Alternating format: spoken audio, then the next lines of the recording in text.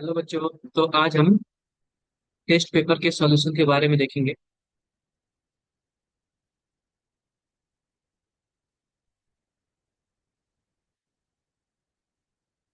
तो बच्चों, ये हमारा सिलेबस कुछ इस प्रकार है। हमारा चैप्टर टेस्ट सॉल्यूशन है क्लास 12 के लिए। और जो हमारा सिलेबस कुछ इस प्रकार है, सॉल्यूशन एंड कॉलिगेटिव प्रॉपर्टीज। तो हम देखते हैं कि हमारे पास पहला क्वेश्चन क्या है। तो हमारे पास पहला क्वेश्चन कुछ इस प्रकार है। According to Henry law, the solubility of gas in a given volume of the liquid increase with increase in। बच्चों, हम लोग जानते हैं कि हेनरी लॉ के अकॉर्डिंग जो हमारे पास सॉल्युबिलिटी होता है वो कुछ इस प्रकार होता है, के पी। यहाँ पे जो एस होता है वो होता है सॉल्युबिलिटी, के जो होता है वो हेनरी कांस्टेंट होता है, और पी जो होता है हमारा प्रेशर होता है। तो इस प्रकार जो हमारे पास सॉल्युबिलिटी है वो डायरेक्टली प्रोपोर्शनल टू प्रेशर। अगर हम प्रेशर बढ़ाएंगे तो सॉल्युबिलिटी हमारा इंक्रीज होगा। तो हमारे पास जो ऑप्शन सेकंड है वो हमारे पास correct option. Question number two की तरफ जाते हैं। क्वेश्चन नंबर टू कुछ इस प्रकार है। Some of the following gas are soluble in water due to formation of their ions. तो बच्चों, इस प्रकार हमारे पास अगर देखें ना, तो वो कौन कौन से ऐसे हमारे पास ये आयंस है जो कि हमारे पास क्या है, वाटर में सॉल्युबल है। अगर हम बात करें पहले की, तो पहला हमारे पास कुछ इस प्रकार बन जाता है कि CO2 को अगर हम वाटर में मिलाएंगे ना, तो हमारे पास H2CO3 बन जाता है, जो कि इसको हम लोग कार्बोनिक एसिड बोलते हैं। तो यह हमारे पास 2H+ और CO3 माइनस माइनस में कन्वर्ट हो जाता है। इस प्रकार अगर हम NH3 की बात करें ना, यह हमारे पास NH4+ बन जाता है, NH4OH माइनस बन जाता है, कुछ इस प्रकार बन जाता है। HCl की बात करें तो HCl हमारे पास पानी में टूटकर H+ प्लस और Cl माइनस बन जाता है। और हमारे पास बच्चों CH4 यानी कि ऑप्शन 4 एंड ऑप्शन 5 H2, यह हमारे पास नॉन पोलर मॉलिक्यूल है। और नॉन पोलर मॉलिक्यूल वाटर में जाके पोलराइज नहीं होंगे, तो ये सॉल्यूबल भी नहीं होंगे। तो जो हमारे पास फोर और फिफ्थ सही है, फोर और फिफ्थ ऑप्शन आता है डी में, तो ऑप्शन डी हमारा क्या होगा, करेक्ट आंसर होगा। बात करते हैं क्वेश्चन नंबर थ्री की। तो क्वेश्चन नंबर थ्री कुछ इस प्रकार है। Amalgam of mercury with Na, यानी कि जो हमारे पास Hg Na, Na Hg जो होता है सोडियम का अमलगम होता है, कुछ इस प्रकार होता है। Hg जो हमारा होता है वो लिक्विड होता है, और Na जो होता है वो सॉलिड होता है। तो amalgam of mercury with sodium, तो हमारे पास अमलगम लिक्विड टू सॉलिड, यानी कि जो हमारे पास ऑप्शन ए है वो करेक्ट आंसर है। फोर्थ क्वेश्चन की बात करते हैं। तो फोर्थ क्वेश्चन कुछ इस प्रकार दिया हुआ है। Which of the following is example of liquid in gas. तो बच्चों, लिक्विड इन गैस का एग्जाम्पल पूछा है। तो एयर की बात करें तो यह होता है गैस इन गैस। एरिट्रेटेड ड्रिंक की बात करें तो यह भी एयर इन लिक्विड होता है, लेकिन हमें क्या देखना है, लिक्विड इन एयर देखना है। थर्ड ऑप्शन की बात करते हैं। CHCl3 वेपर इन N2। तो बच्चों, जो CHCl3 क्लोरोफॉर्म होता है वो लिक्विड होता है, और जो सोडियम होता है मतलब Na2 होता है, सॉरी, N2 होता है या गैस होता है। तो इस प्रकार हम बात करें तो यह लिक्विड हो गया, यह गैस होगा। लिक्विड इन गैस का एग्जांपल क्लोरोफॉर्म इन N2। तो जो हमारे पास ऑप्शन सी है वह करेक्ट ऑप्शन है। ऑप्शन डी की बात करते हैं। विच of the following is example of solid solution. तो बच्चों, सॉलिड सॉल्यूशन की बात बोला है ना, तो अगर मैं ऑप्शन ए की बात करता हूँ, जर्मन सिल्वर। तो बच्चों, जर्मन सिल्वर एक एलॉय है, यह एलॉय होता है। और एलॉय बच्चों जो होता है ना वो सॉलिड सॉल्यूशन होता है। इसमें जो हमारे पास सॉल्यूट भी सॉलिड होता है, और सॉल्वेंट भी हमारा क्या होता है, सॉलिड होता है। ऑप्शन बी की बात करें, कैम्फर इन नाइट्रोजन, तो बच्चों हमारे पास सॉलिड इन गैस हो जाएगा। ऑप्शन सी की बात करें तो ग्लूकोज इन वाटर, तो ग्लूकोज हमारे पास यह लिक्विड सॉल्यूशन हो जाएगा। और एयर की बात करें तो यह गैस सॉल्यूशन हो जाएगा। तो जो हमारे पास ऑप्शन है वो करेक्ट आंसर है, क्योंकि हमें सॉलिड सॉल्यूशन की बात किया हुआ है। बात कर लेते हैं क्वेश्चन नंबर सिक्स की। क्वेश्चन नंबर सिक्स कुछ इस प्रकार दिया हुआ है। 4 litre of 0.02 m aqueous solution of NaCl was diluted by 1 liter of water. The molality of the resultant solution is। तो बच्चों, कुछ इस प्रकार हमारे पास क्वेश्चन दिया हुआ है, ध्यान से देखते हैं। तो हमारे पास कुछ इस प्रकार क्वेश्चन दिया हुआ है।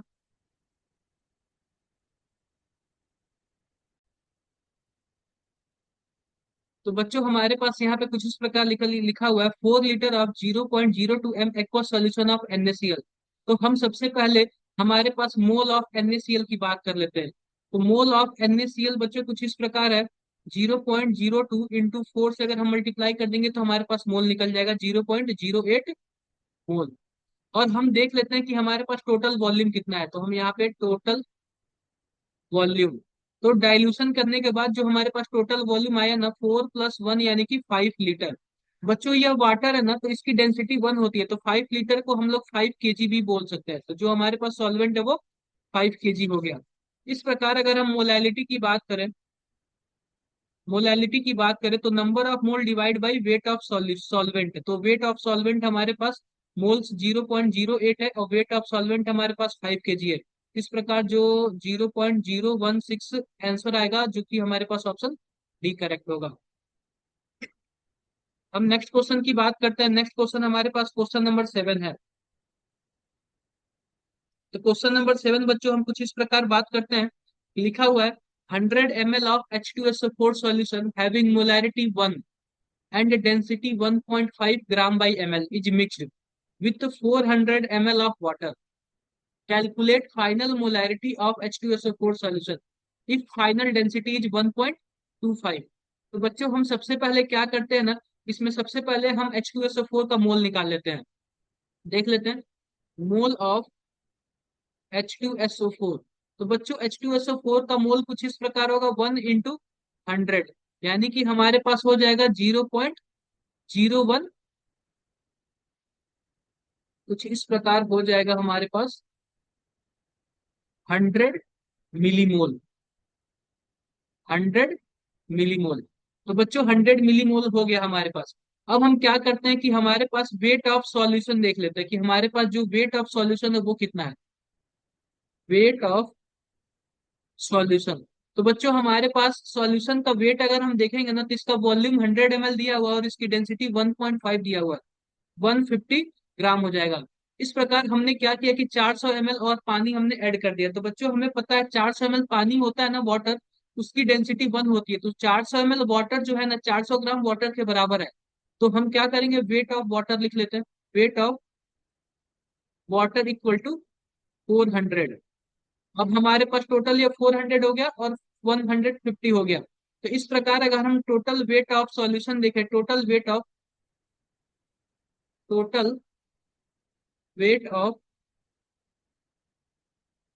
अगर हम टोटल वेट ऑफ सॉल्यूशन की बात करें तो हमारे पास कुछ इस प्रकार है, 550 ग्राम हो जाएगा।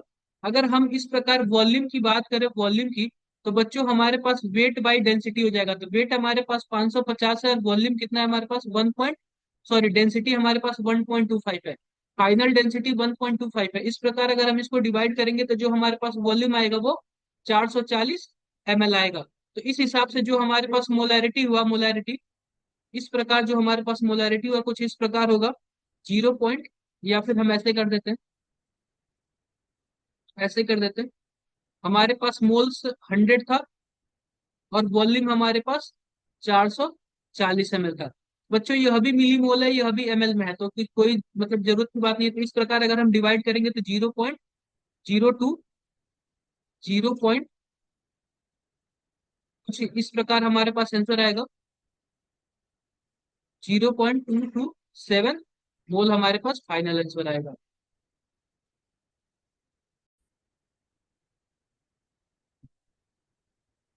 बच्चों जो हमारे पास क्वेश्चन नंबर 8 है कुछ इस प्रकार है, which of the following question aqueous solution will exhibit the highest boiling point. तो बच्चों अगर हम ऑप्शन नंबर ए की बात करें ना, तो जिसका बॉन्ड ऑफ फैक्टर ज्यादा होगा और जिसकी मोलैलिटी ज्यादा होगी वही क्या होगा, हाईएस्ट बॉइलिंग पॉइंट देगा।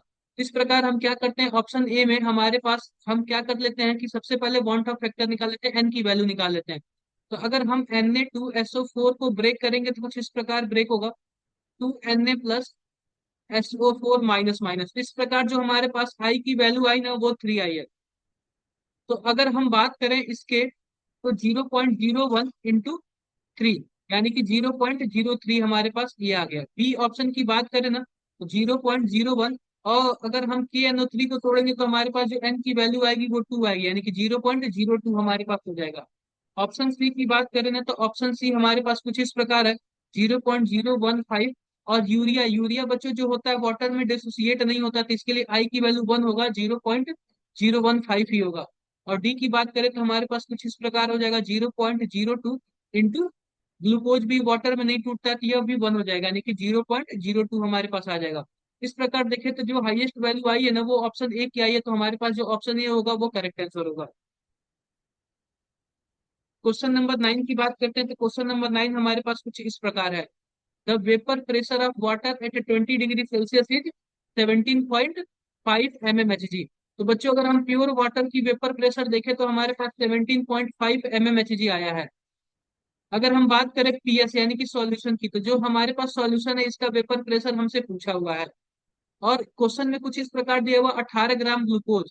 तो बच्चों अगर हम क्या करें, ग्लूकोज का अगर हम मोल निकाल लें, तो ग्लूकोज का मोल हमारे पास कुछ इस प्रकार होगा, 18 ग्राम ग्लूकोज दिया तो 18 डिवाइडेड बाई 180 यानी कि 0.1।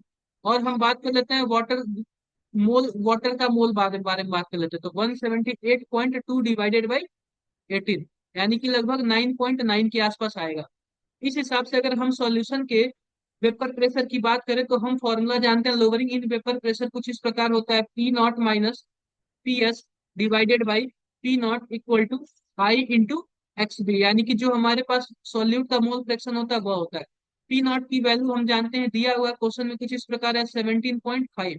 पी एस हमें काउंट करना है, divide by P not equal to, P not की बच्चों वैल्यू हमारे पास है 17.5 दिया हुआ है, 17.5 आई इंटू एक्स बी की वैल्यू बच्चों कुछ इस प्रकार हमारे पास है 0.1 divided by total mole, total mole हमारे पास 10 हो जाएगा। तो अगर हम इस तरीके से सॉल्व करेंगे तो जो हमारे पास पीएस की वैल्यू आएगी ना वो 17.325 आएगा, यानी कि जो हमारे पास ऑप्शन डी होगा वो करेक्ट ऑप्शन होगा।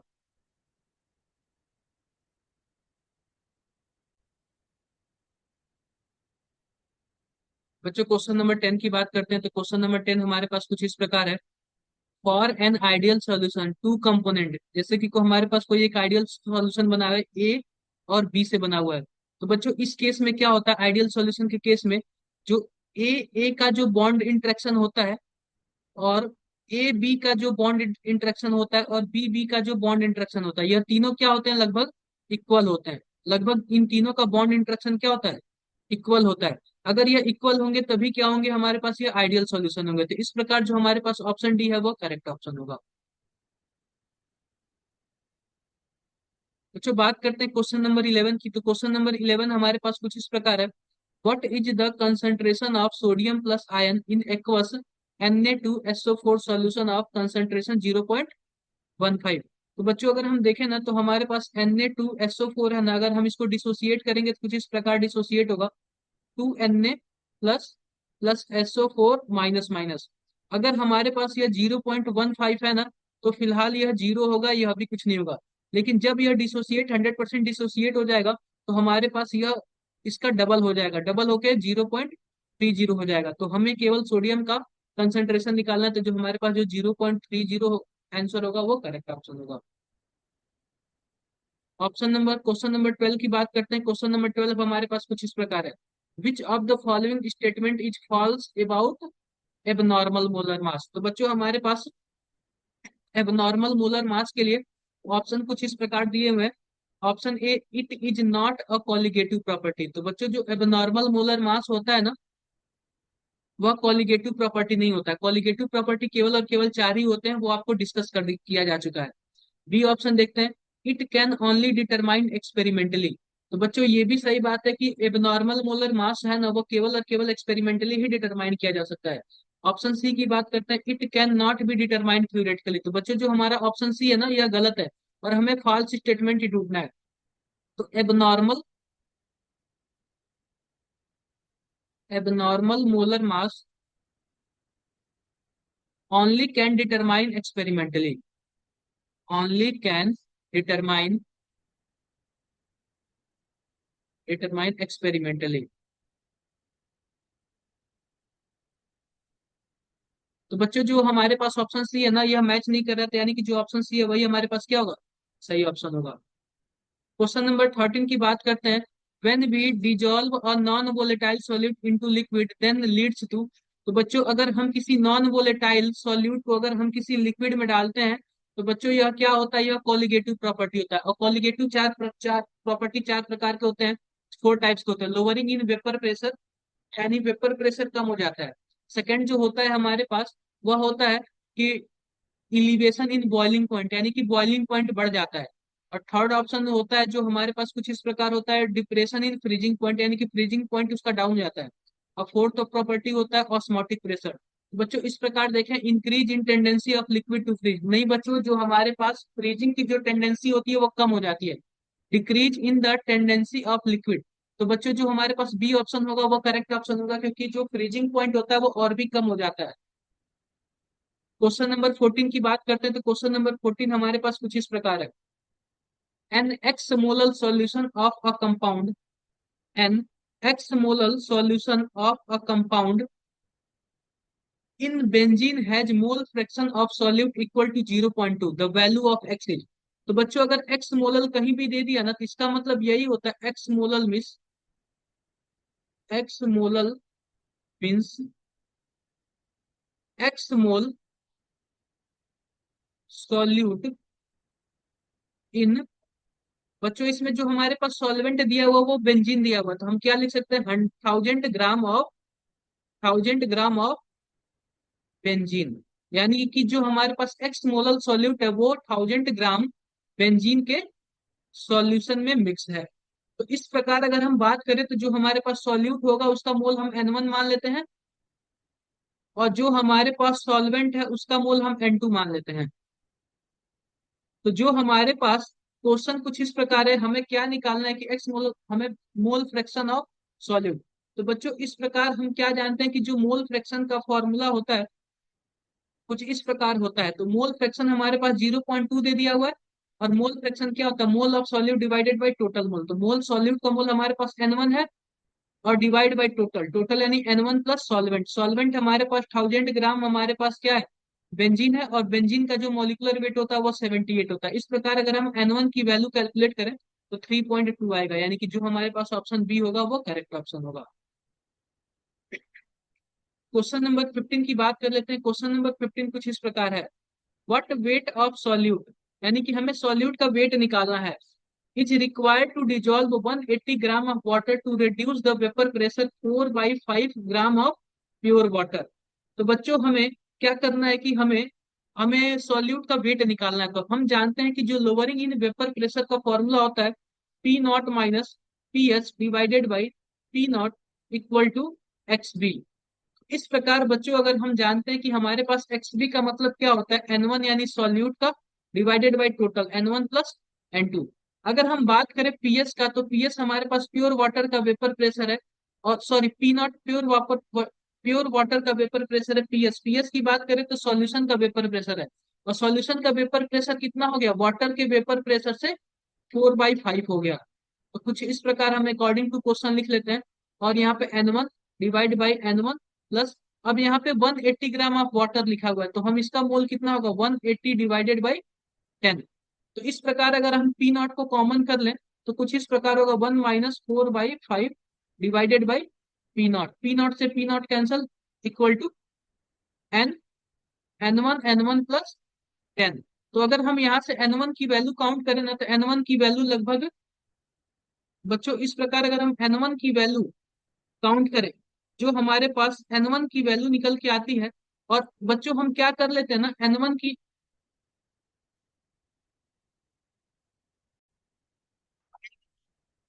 बच्चों हम क्वेश्चन नंबर 15 की बात करते हैं। तो क्वेश्चन नंबर 15 हमारे पास कुछ इस प्रकार है, व्हाट वेट ऑफ सॉल्यूट जिसका molecular weight 60 is required to dissolve 180 gram of water to reduce the vapour pressure to 4/5 of the pure water.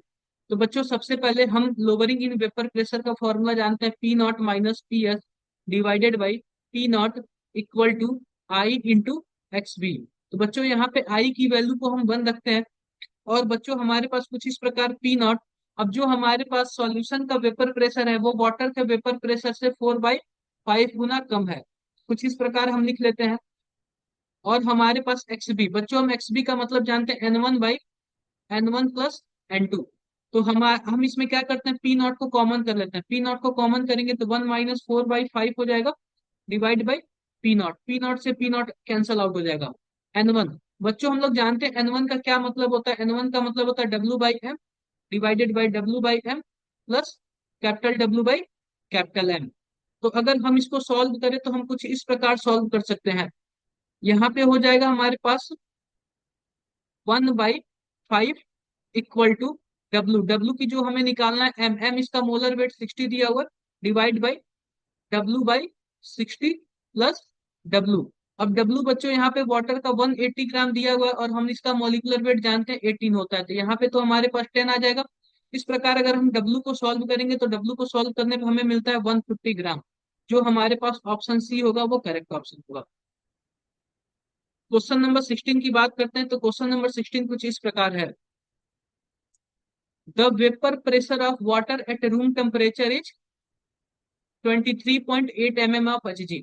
जो हमारे पास वाटर का वेपर प्रेशर है वो रूम टेम्परेचर पे 23.8 mm Hg है, यानी प्योर वाटर का वेपर प्रेशर लिख लेते हैं 23.8 mm Hg है।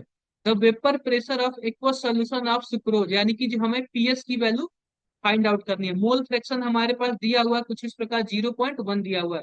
तो बच्चों हम क्या कर सकते हैं, फॉर्मूला हमें पता है P not minus P S divided by P not equal to mole fraction. तो हम डाटा पुट कर देते हैं 23.8 minus P S divided by 23.8, और हमारे पास मोल फ्रैक्शन 0.1 दिया हुआ है। तो इस प्रकार जो हमारे पास पीएस की वैल्यू निकल के आती है 21.42 mm Hg हमारे पास फाइनल आंसर होगा। तो जो ऑप्शन सी है हमारे पास करेक्ट ऑप्शन है। क्वेश्चन नंबर 17 की बात करते हैं। क्वेश्चन नंबर 17 हमारे पास कुछ इस प्रकार है। Relative decrease in vapour pressure of aqueous solution is. सबसे पहले तो हमारे पास relative decrease in vapour pressure के बारे में बात किया, तो फॉर्मूला हमारे पास कुछ इस प्रकार आएगा P not minus P S divided by P not equal to X B, I X B, I X B. तो बच्चों यहाँ पे जो हमारे पास आई है वो वांट ऑफ फैक्टर है और एक्स बी हमारे पास मोल फ्रैक्शन ऑफ सॉल्यूट है।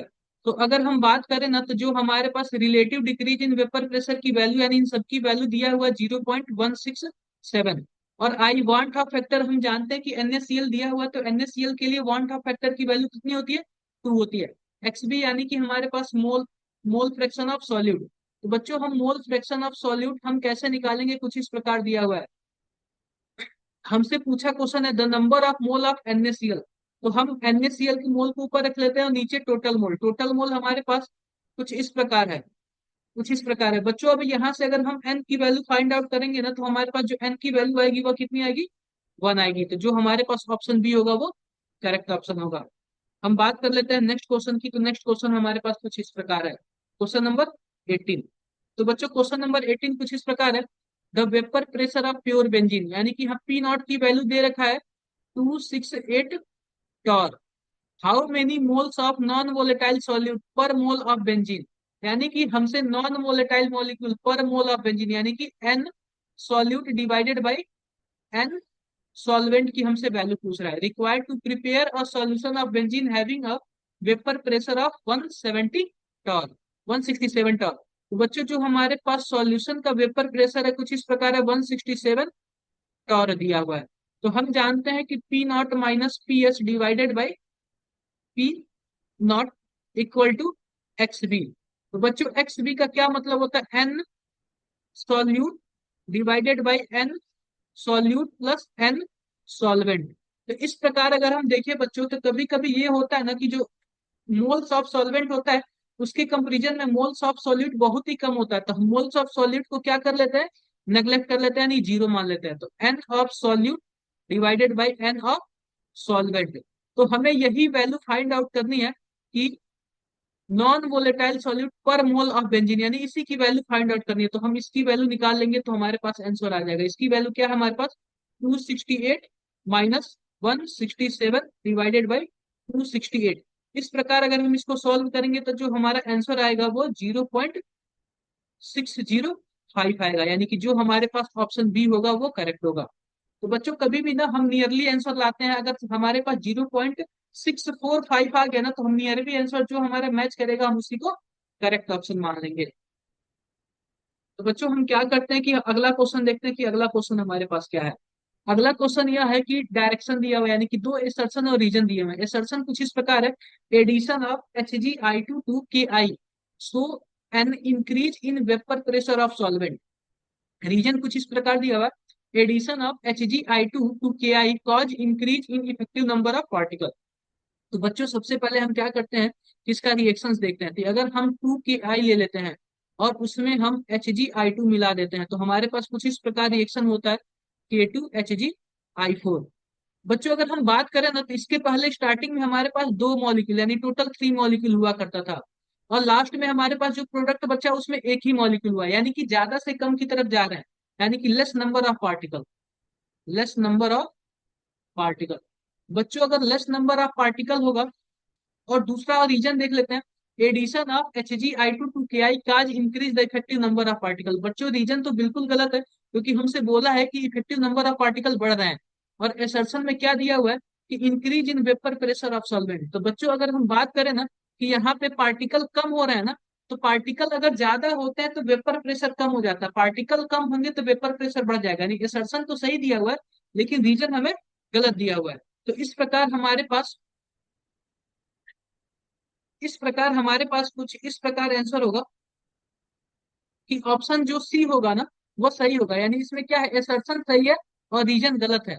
तो एसर्शन इसलिए सही है क्योंकि हमारे पास क्या है, assertion so increase in vapour. Assertion इसलिए सही है क्योंकि हमारे पास नंबर ऑफ पार्टिकल कम हो रहा है, नंबर ऑफ पार्टिकल कम हो रहा है, तो हमारे पास वेपर प्रेशर क्या हो जाएगा, बढ़ जाएगा। क्वेश्चन नंबर 20 देखते हैं। क्वेश्चन नंबर 20 कुछ इस प्रकार है कि the mixing of benzene and toluene produce an ideal solution. बच्चों बिल्कुल सही है कि अगर हम बेंजीन और टॉल्यूइन को मिला दें, बेंजीन प्लस टॉल्यूइन, यह आइडियल सॉल्यूशन का एग्जाम्पल है, आइडियल सॉल्यूशन का एग्जाम्पल है। अब इसमें होता क्या है, the mixing of benzene and toluene involve no change in volume and enthalpy. तो बच्चों जो अगर हम आइडियल सॉल्यूशन होता है ना, अगर कोई भी आइडियल सॉल्यूशन होता है ना, तो उसको मिक्स करते हैं ना, तो उनमें वॉल्यूम और इंथैल्पी कुछ भी चेंज नहीं होता है। तो हमारे पास रीजन भी सही है, लेकिन यह एसर्शन को एक्सप्लेन नहीं कर रहा है। तो इस प्रकार जो हमारे पास ऑप्शन बी होगा ना, if both assertion and region are true but region is not correct explanation of assertion, तो जो हमारे पास ऑप्शन बी है वो करेक्ट आंसर है। बात कर लेते हैं अगले क्वेश्चन 21 की। 21 नंबर क्वेश्चन कुछ इस प्रकार दिया हुआ है, the substance A when dissolve in solvent B so the molecular mass corresponding to A3 the van't Hoff factor will be 1/x, calculate the value of x। तो बच्चों हमारे पास कुछ इस प्रकार दिया हुआ है, मान लो कि हमारे पास 3A है, तो हमारे पास क्या हो जा रहा है, A3 हो जा रहा है। इसका मतलब यह डिसोसिएशन का क्वेश्चन है, और इसमें जो n की वैल्यू है वो 3 है। बच्चों इस प्रकार के केस में हम अल्फा को 1 मान के चलेंगे, क्योंकि कुछ भी डाटा नहीं दिया हुआ है। तो हम जानते हैं कि van't Hoff factor I equal to 1 + 1/n-1 alpha. यह बच्चों एसोसिएशन के केस में होता है, क्योंकि यहाँ पे एसोसिएट हो रहा है, 3 मॉलिक्यूल मिलके एक मॉलिक्यूल बन रहा है। तो आई की वैल्यू जो बॉन्ड ऑफ फैक्टर दिया हुआ 1/x दिया हुआ है, 1 + 1, और n की वैल्यू हमारे पास 3 है, क्योंकि 3 मॉलिक्यूल मिलके एक ही मॉलिक्यूल बना रहा है, -1, और अल्फा की वैल्यू भी हम 1 रखेंगे। तो इस प्रकार हम देखेंगे 1/x इक्वल टू 1/3, तो x बराबर हमारे पास 3 आंसर आ जाएगा, x की वैल्यू हमारे पास 3 आएगा। बात कर लेते हैं क्वेश्चन नंबर 22 की। तो 22 ना क्वेश्चन नंबर कुछ इस प्रकार है, the vapour pressure of dilute aqueous solution of glucose. जो हमारे पास एक्वस वेपर प्रेशर है, उस डाइल्यूट सॉल्यूशन का जो हमारे पास वेपर प्रेशर है वो कितना है, 750 mmHg है। तो the mole fraction of solute is 1/x, calculate the value of x। तो बच्चों अगर हम जानते हैं कि जो हमारे पास प्योर वाटर होता है, प्योर वाटर, उसका वेपर प्रेशर mmHg में होता है 760 mmHg, और जो हमारे पास सॉल्यूशन का वेपर प्रेशर दिया हुआ कुछ इस प्रकार दिया हुआ 750 mmHg दिया हुआ है, mmHg दिया हुआ है। तो हम लोग फॉर्मूला जानते हैं, P0 - PS divided by P0 equal to XB। तो हमारे पास यह हो जाएगा, P0 की वैल्यू हम लोग जानते हैं कितना होता है, 760 होता है।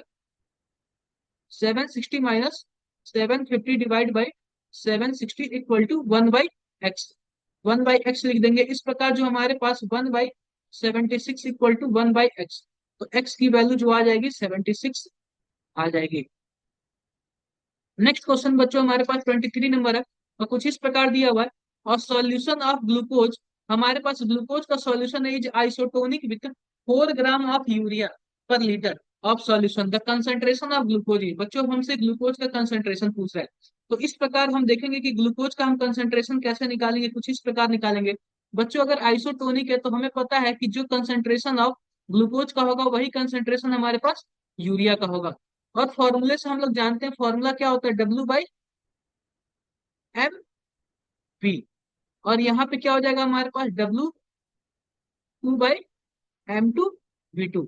इस प्रकार अगर हम देखेंगे बच्चों तो जो हमारे पास द कंसेंट्रेशन ऑफ ग्लूकोज, यानी कि हमें डब्ल्यू W/V की वैल्यू पूछ रहा है, इसकी वैल्यू पूछ रहा है, तो इसकी वैल्यू हम कैसे निकालेंगे। तो W1/V1 इक्वल टू क्या हो जाएगा हमारे पास, W2 × M2 divided by M2 × V2। तो यूरिया के लिए जो हमारे पास W2 दिया हुआ है कुछ इस प्रकार दिया हुआ है, 4 ग्राम दिया हुआ है। और M2 जो कि हमारे पास मोलर मास होता है ग्लूकोज का, यानी कि हम जानते हैं कि 180 होता है, डिवाइड बाई M2 यानी कि जो हमारे पास मोलर मास यूरिया का होता है 60 होता है। और V2 हमें पता है यहाँ पे 1 लीटर दिया हुआ, पर लीटर दिया हुआ तो 1 हो जाएगा। तो इस प्रकार अगर हम इसको कट करें तो 3 टाइम्स में कट होगा। और हमारे पास W1/V1 यानी कि जो हमारे पास कंसंट्रेशन आएगा वो हमारे पास 12 ग्राम/लीटर आ जाएगा। नेक्स्ट बात करते हैं बच्चों क्वेश्चन नंबर 24 की। तो क्वेश्चन नंबर 24 हमारे पास कुछ इस प्रकार दिया हुआ है। क्वेश्चन नंबर 24 हमारे पास इस केएफ फॉर द वाटर, यानी कि हमारे पास वाटर के लिए जो केएफ की वैल्यू दिया हुआ है 1.86 दिया हुआ है। If automobile radiator holds 1 kg of water, यानी कि जो हमारे पास वाटर बोल रहे हैं या फिर हम क्या बोल रहे हैं, सॉल्वेंट बोल रहे हैं, तो सॉल्वेंट की जो वैल्यू है वो 1 kg दिया हुआ है। How many gram of ethyl glycol, तो बच्चों एथिल ग्लाइकोल जो है यानी कि मोलर मास एथिल ग्लाइकोल का C2H6O2 यानी कि होता है 62 ग्राम/मोल होता है। और हम बात करें तो you must add to get freezing point of the solution lowered, यानी कि जो हमारे पास डेल्टा टीएफ की वैल्यू जो दिया हुआ है ना, वह दिया हुआ -2.8 दिया हुआ है। तो हमें क्या करना है, how many gram of ethylene, यानी कि हमें डब्ल्यू की वैल्यू निकालनी है। और हमें फॉर्मूला पता है delta TF equal to I into K F into M. तो बच्चों यहाँ पे आई की वैल्यू तो 1 हो जाएगी और डेल्टा टीएफ की वैल्यू दिया हुआ है 2.8 दिया हुआ है, क्योंकि यह माइनस में जा रहा है ना, तो माइनस में नहीं जाएगा, क्योंकि अगर हम इसको वाटर से कंपेयर करेंगे तो प्लस में आ जाएगा। आई की वैल्यू 1 है, के एफ की वैल्यू 1.86 है, 86 है। और हम लोग एम की वैल्यू जानते हैं W/M W। तो 2.8 divide by 1.86 equal to W, यानी कि हमें डब्ल्यू की वैल्यू निकालनी है।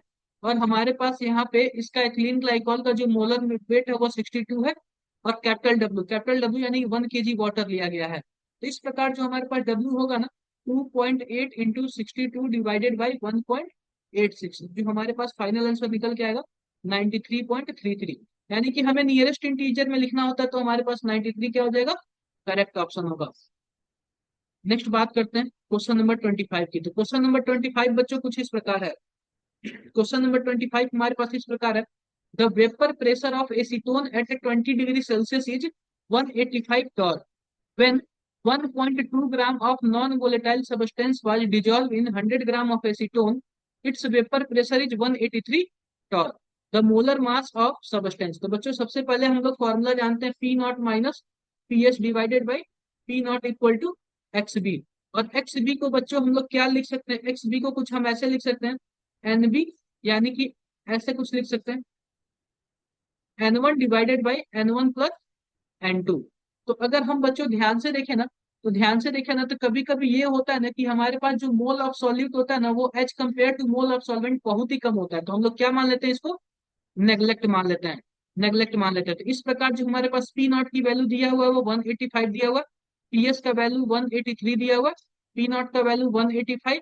और हमारे पास एन वन यानी कि डब्ल्यू बाई एम को हम कुछ इस प्रकार लिख सकते हैं W/M। और यहाँ पे हम लोग क्या लिख सकते हैं, कैपिटल W/M। अब बच्चों यहाँ पे जो W की वैल्यू दिया हुआ है ना वो कुछ ऐसे दिया हुआ है 1.2 ग्राम है, नॉन वोलेटाइल। और इसका जो हमारे पास डिजोल्व इन 100 ग्राम है, इसका हमें M नहीं पता है, तो हम क्या कर लेते हैं, कुछ ऐसे कर लेते हैं, M हमें नहीं पता है।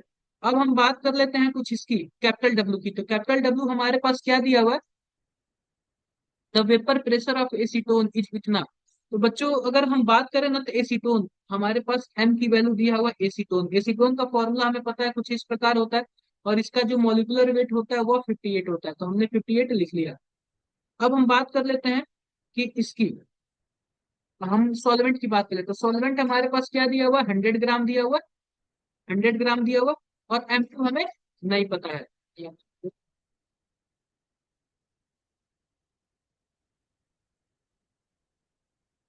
आप ऐसे ही बोल-